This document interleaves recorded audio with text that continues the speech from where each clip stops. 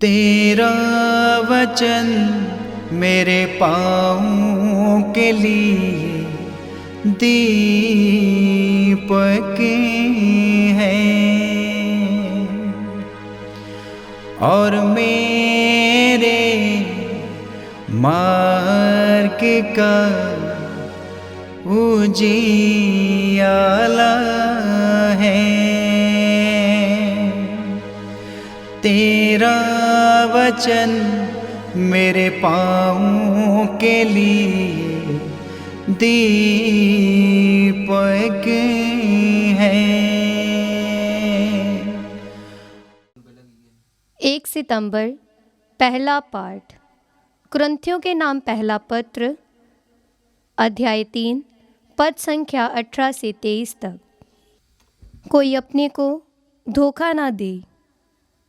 यदि आप लोगों में कोई अपने को संसार की दृष्टि से ज्ञानी समझता हो तो वह सचमुच ज्ञानी बनने के लिए अपने को मूर्ख बना ले, क्योंकि इस संसार का ज्ञान ईश्वर की दृष्टि में मूर्खता है।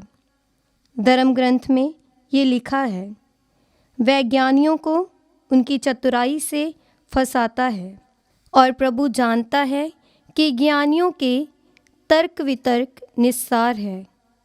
इसलिए कोई मनुष्यों पर गर्व ना करे। सब कुछ आपका है, चाहे वह अपोलोस अथवा कैफस हो, संसार हो, जीवन अथवा मरण हो, भूत अथवा भविष्य हो, वह सब आपका है। परंतु आप मसीह के और मसीह ईश्वर के हैं। ये प्रभु की वाणी है। ईश्वर को धन्यवाद। भजन अनुवाक्य। पृथ्वी और जो कुछ उसमें है सब प्रभु का है। पृथ्वी और जो कुछ उसमें है सब प्रभु का है। पृथ्वी और जो कुछ उसमें है, संसार और उसके निवासी सब प्रभु का है, क्योंकि उसी ने समुद्र पर उसकी नींव डाली और जल पर उसे स्थापित किया है। अनुवाक्य। पृथ्वी और उसमें जो कुछ है सब कुछ प्रभु का है। प्रभु के पर्वत पर कौन चढ़ेगा?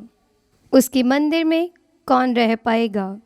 वही जिसके हाथ निर्दोष और हृदय निर्मल है, जिसका मन असार संसार में नहीं रमता, जो शपथ खाकर धोखा नहीं देता।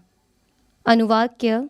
पृथ्वी और जो कुछ उसमें है सब कुछ प्रभु का है। प्रभु की आशीष उसे प्राप्त होगी। मुक्तिदाता ईश्वर उसे धार्मिक मानेगा। ऐसे ही हैं वह लोग जो प्रभु की खोज में लगे रहते हैं, जो याकूब के ईश्वर के दर्शनों के लिए तरसते हैं। अनुवाक्य। पृथ्वी और जो कुछ उसमें है सब कुछ प्रभु का है। जय घोष। हालेलुया। अनुवाक्य। हालेलुया। प्रभु ने कहा, मेरे पीछे चले आओ, मैं तुम्हें मनुष्यों के मछुए बनाऊंगा। अनुवाक्य। हालेलुया। पवित्र सुसमाचार संत लूकस के अनुसार अध्याय 5 पद संख्या 1 से 11 तक। एक दिन ईसा गिनेसरेत की झील के पास थे। लोग ईश्वर का वचन सुनने के लिए उन पर गिरे पड़ते थे। उस समय उन्होंने झील के किनारे लगी 2 नावों को देखा। मछुए उन पर से उतरकर जाल धो रहे थे। ईसा ने सिमोन की नाव पर सवार होकर उसे किनारे से कुछ दूर ले चलने के लिए कहा। इसके बाद वे नाव पर बैठे हुए जनता को शिक्षा दे रहे थे। उपदेश समाप्त करने के बाद उन्होंने सिमोन से कहा, नाव गहरे पानी में ले चलो और मछलियां पकड़ने के लिए अपने जाल डालो।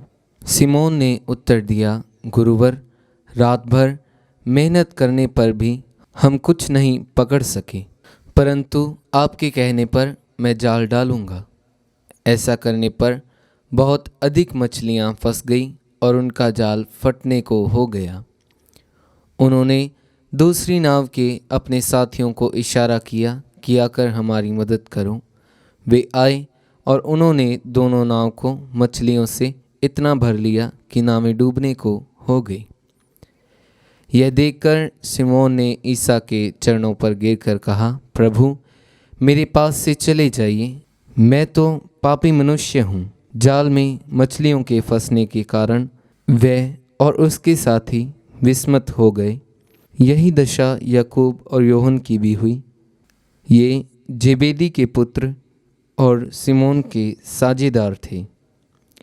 ईसा ने सिमोन से कहा, डरो मत, अब से तुम मनुष्य को पकड़ा करोगे। वे नावों को किनारे लगाकर और सब कुछ छोड़कर ईसा के पीछे हो लिए। यह प्रभु का पवित्र सुसमाचार है। क्रिस्त की जय।